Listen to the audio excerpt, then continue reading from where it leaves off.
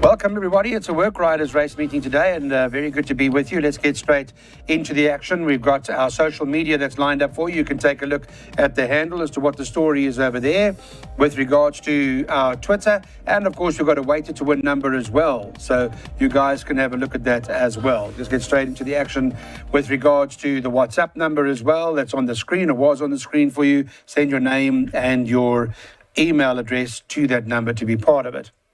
So this was the postponed meeting, or, the revised meeting where we're staging the race meeting for our work riders. Darren Burrows on the line with Daryl Marie that joined me again this Tuesday, by the way, being recorded on Monday, just so that you're aware. So keep a close look on scratchings and data changes, etc. Darren, help us out in the first. Well, obviously the horse to beat is going to be Mia Regina. Now, she returns after a long break. Her last run was on the 21st of February. But she's run behind horses like Who Do You Love and Philosophize. On those sort of efforts, if not in need of the run, we'll rate the horse to beat over Inventrix, also returning after a bit of a break. And then just follow the market with regards to the first-timers. Okay, well, they both listen. The top two you referred to Monday morning were 22 to 10 the pair. You see it staying that way, or much change coming or not? There's no confidence from the stable with regards to number 4, Inventrix. There's a comment in the front of the computer form saying she will need this outing. Okay. So there's no doubt she's going to drift in the market. Yes. We don't have a comment with regards to number 8, Mia Regina. Darren touched on the fact she's been off the track for 267 days. But she showed good pace in both of her starts today, Claude. I don't know if you can read anything into the fact that she makes her return in a work rider event. I don't know if that is of any concern to you. I'm not sure if it should be. I don't know if that's basically saying that she's limited. I'm not too sure. I hope I get through this leg of the exotics, Clyde. I've only backed them up with one other. That's number 5, Heart and Mind. Now, she's a bit of a tearaway filly. She didn't get the cleanest of breaks last time out. And in my opinion, she was in need of a comeback run. So she's having her peak run. Chamu Mabai in the irons. If she gets a break on the field, she's got the fitness on her side. I'm hoping she could finish in the top 2. Particular comment on first-timers or not? There's no comments. No comments. So it's interesting Sam was here riding David Nevenazen's first-timer, yeah? Pom-Pom Queen. I mean, I don't know if that's got anything to show. There hasn't been any movement in the anti-post market. Yeah. Okay, well, all right, let's have a look. There's lots of uncertainty in the race, so cautious start to our bipots. Daryl's gone 3 runners that he's not sure. 4, 5, and 8 in the first leg, hoping to survive. Then he's going second leg 4, 7, 8, 9, 10. By 1, 3, 4. By 1 and 4. By 5. And then at the back, banker the 4. Let's have a look at the second race now. Monday morning, we did the show at 10 o'clock, and Mandalay, number 8 on the card, was joint favourite at 22 to 10. Joint with a 10-horse Fly Isabella Fly at 22 to 10. And maybe over the 1,000 metres or Southern Style, not out of it, trading at 7 to 2. Darren, what's your first choice? Well, Mandalay's one for the shortlist. She's come on with the blinkers removed in her last 2 starts, and her maiden victory is not far away. I found the value with Tiger in Red, number 7. I watched the replay last night. 1,200 meters, drawn 10 out of 10 on the inside track. He circled the field 5 deep around the bend, hit the front at the 400, and he found nothing the final 300. I think the drop back in trip, Sam Masia, 20 to 1, have a little nibble. Okay, well, here's a bit of a shrewdie for you. Tiger in Red. Daryl? Yes, he must have a chance. He'll certainly improve on his debut efforts. Darren's touched on everything that went wrong for him. Another improver in the race has to be number 4, Fiddler on the Cliffs. Last time out, I think his second run was too bad to be true. He should be running on. Have a look at number 10, Fly Isabella Fly, now ridden by Joe Guenguiza. It's a blinker strike, Clyde. She's a full sister to Bronco Blitz. For classic 1,000-meter specialist himself. Fair debut behind a stable companion. There wasn't any support because on that occasion, but plenty scope for improvement.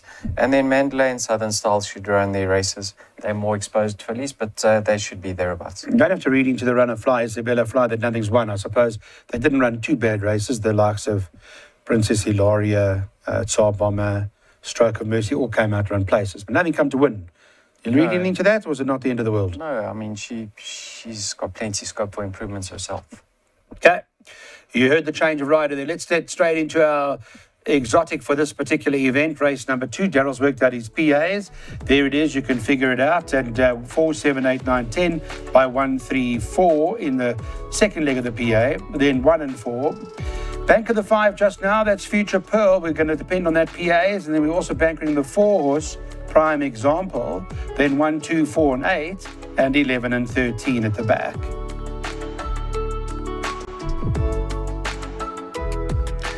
And Darren's got his PA worked out as well. And in this particular PA, he's going 7 and 8 here. By next leg, he'll banker the 3 Lovers Lane. Then 1 and 5 in the following leg. Then banker number 5, Future Pearl, is all the same. By 1 and 4, by 1 and 4. And he's willing to banker the 13 at the back of the PA, Nyali Beach. Lovers Lane, the one to go for you. 13 to 10. Are we bankering this, Darren? I went numbers 3 and 4, but this is my best bet on the card, Lovers Lane. Now, go back 3 runs. Ran second, beaten a length and a half by Boisterous. He's really franked the form in some strong company. Last time out, I really believe that form line is going to stand up very strong behind Sign the Conqueror. So I think Munchkin ran second in that race. It was a very strong maiden. So Lovers Lane should take all the beating. And if you're playing wider, what say you? Okay, so you are backing it up with what say you, but if you had to, Lovers Lane would be your banker. You, Daryl? Yeah, just take note, work rider Pelé is not riding Clyde. So there's no declared work rider as of yet. They have declared a set of blinkers to go on. Now, watch his replay in his last start. He was moving extremely well on that occasion. Just emptied out. He's going to be cherry ripe. Sam Messiah now takes the ride on number 4, What Say You? Mm-hmm. He improved in his later start. He actually hit the front a long way from home. Go back in his form line. He doesn't run against the worst lot. Twice the Storm, Houston, Ignatius, all above average sorts. So I think the race does lie between the 3 and the 4. I've just opted to put in number 1, 2, Gimme Royalty. Tsapiso Matsuele from a 1 draw. That's a lot in his favour, and he's going to strip fitter. Okay, we'll take that into consideration just with regards to the Key and the Conqueror form that Darren was making reference to just now with regards to the favourite. That was Sylvan Theatre, was 4th, came out and won for Michael de Kock. So only 1 runner and 1 winner. So I think he's quite right. That form line might well be deadly. Okay, well, let's put up our perm. What we're going to do, it's pick 6 time. Here we go. Darren's pick 6. He would prefer, if he could, and he's, of course, he's entitled to banker the 3, but as all tipsters are, they want to play as conservatively as possible. So 3 and 4 by 1, 4, 5, 10, 11, by 5 and 6, by 1 and 4, by 1, 2, 4, by 4 and 13. So in Darren's case, most races are boat races. Well, whilst we're doing the show, we just heard that Broadlands has been taken out. That was Monday morning, so there'll be an adjustment to the market where Island Beauty, I would imagine, is now a much shorter favourite, the Brett Crawford horse. Does look like the right one, Darren. Definitely the right horse. On the strength of her Cape Town form, it's far superior to what she takes on here. I mean, last time out she ran 5th behind Beneath the Moon when trying the mile. I think there's as many as 3 or 4 direct winners from that race, and it was only an 8-horse field. So surely if she's racing fit, she'll take a power of beating. If you're playing wider, include Sassy, Coffee Berry, and Aunt Pitty Pat. Okay, so we'll include those if we need to, but the question is fitness here. What's your case on that? Yes, Clyde, if she's fit, I think she'll win. That family loves a bit of giving the ground. Sloppy conditions suit them. She's clearly appreciating being stepped up in trip, and I think her form line of her later start is certainly strong enough for her to get it right. I've also just backed up with 1 runner, number 4, Sassy. I thought she ran above my expectations last time out. And she does hold a few on the patchy form line. She holds a few on the ideal future form line. So she's second best. All right. Fitness a question, but if well enough, hard to beat is this favourite. This is what the boys want to do in terms of jackpots. Here we go, because it is race number 4 now. And, well, Darren's worked out a jackpot where he wants to banker the 1 here, Island Beauty, by banker the 5, in the next leg of the jackpot. That's Future Pearl. By 1 and 4, that's Herald the Duke and Prime Example. And Bank of the One, Robert Burns at the back. All right, Sean Terry Stable back in form, and we're going with Future Pearl. Well, I think that's the right one, certainly. Joe Quinquisa riding this for the Sean Terry Stable. Got 3 solid runs to date. That last start would have needed to King of Rome. At least the form has been franked, and I guess hard to beat from your side, Darren. Yes, probably one of the better bets on the card. You know, that was his first run as a gelding after a rest. Wasn't disgraced. He was a little bit one pace late, but he's going to come on and the blinkers go on. So from a good draw, I make Future Pearl close to a banker. I included Breakpoint in the pick 6. Now, his 2 last efforts were very below par, but his debut performance wasn't bad. Sam Mercier takes the ride. He could be the danger. Could well be with Sam Mercier on board, and the form line's been working out.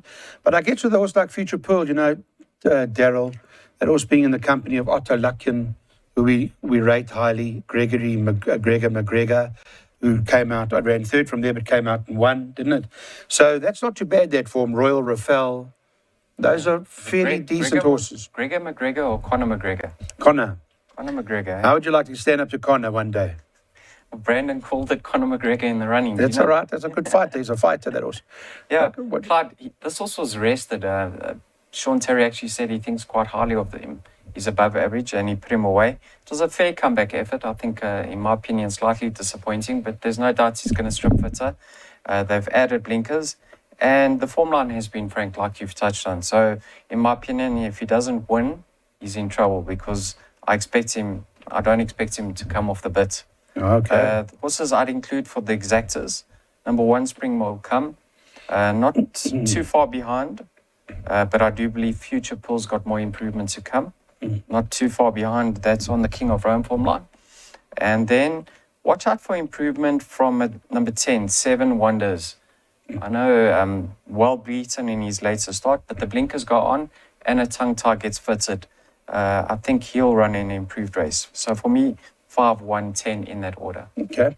Will you be taking the 15 to 10 on a Monday morning about Future Pearl or not? Let's just see how the going comes up, Clyde. We've had a lot of rain in recent times and no penetrometer has been posted as of yet. Yeah, there was a lot of rain. There was the weekend over that area too. So, yeah, let's see race time what the story is. Okay, yes, our selections, guys. We'll put it up for you now.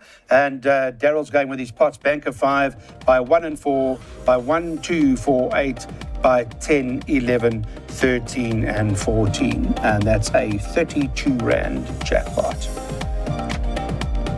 Hot one for you from Darren as well, and this is what Darren's worked out. He would like to take it all to come, where he's going Future Pearl into Robert Burns' place just now, and that's in race 7, into Nyali Beach, a win at the back. So that's what he's recommending in his all to come. All right, are we backing Prime Example or bankering Prime Example? Darren, it's 1 to 3. Well, I think 90% of the country are going to bank a Prime Example. Now, let's just have a look at his form. His best form has come over 1,800. When he's tried 2,000, he's a little bit one-paced. On collateral form with a horse called Harold the Duke, he beat Harold the Duke 2 lengths on Harold the Duke's penultimate start. And now Harold the Duke's 2.5 kilos better off, and he's been gelded. So I'm prepared to include Harold the Duke, hopefully to run the favourite over for exotics. Okay, well, that's interesting. Harold the Duke may well be the horse that climbs all over Prime Example. I'm not sure what Andrew and Ash Fortune will say about that. What do you think, Daryl?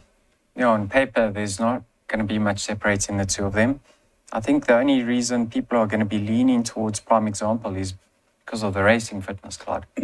But, you know, if Harold the Duke has improved since the gelding, and he's fit and he's expected to run a big race, I think it is a match race. Is that so? So 1 to 3 is not the right price then?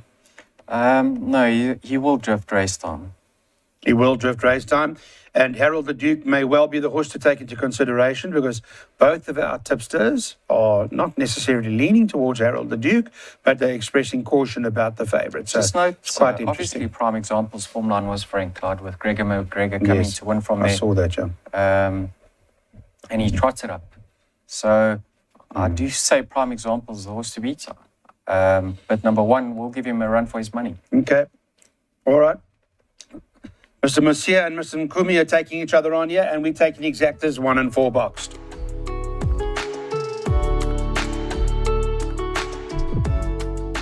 Well, there are a few first-timers in here that we've got to watch out for. We'll watch the betting as it goes. But Robert Burns is the favourite at the moment, trades at 28 to 10.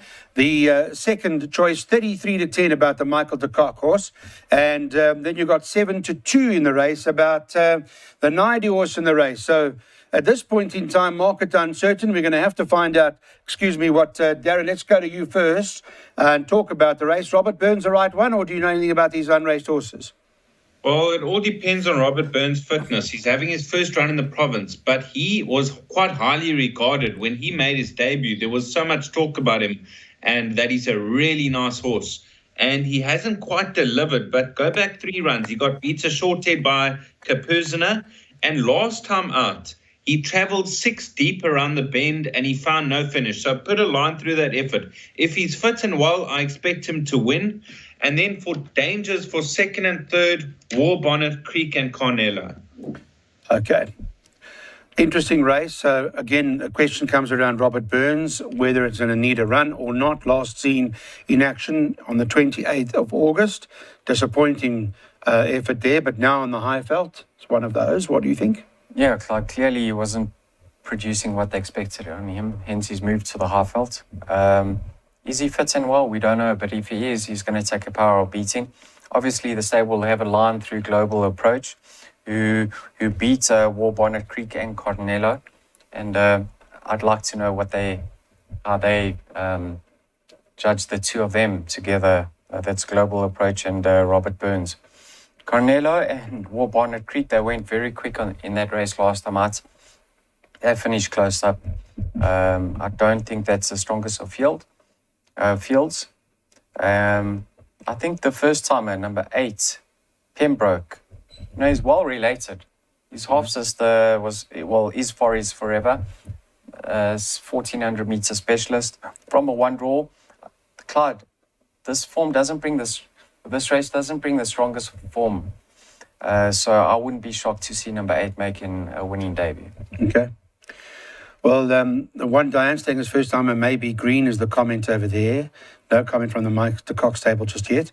Okay, well, it's an interesting race. Let's get to our selections in as far as this event is concerned. And the guys want to take exactors in box 1, 2, 4, 8. There's a bit of uncertainty around Robert Burns' fitness.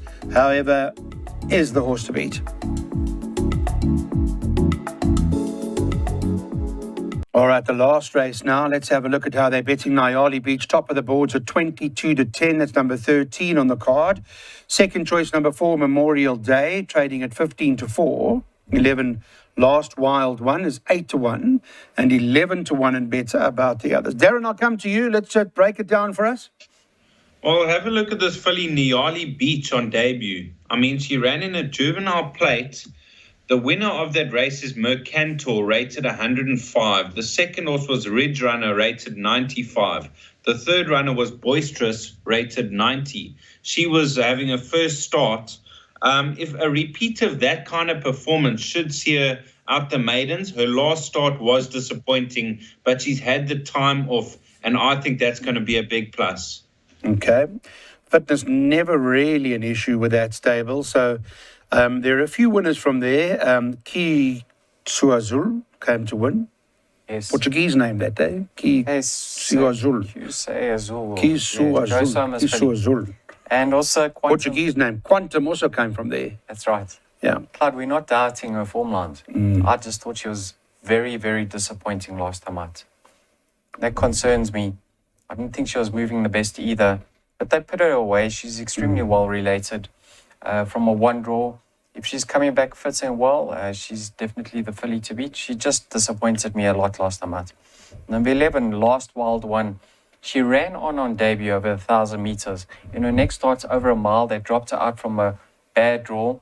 She was doing too much behind them. She moved up nicely in the straights and then her run just came to an end.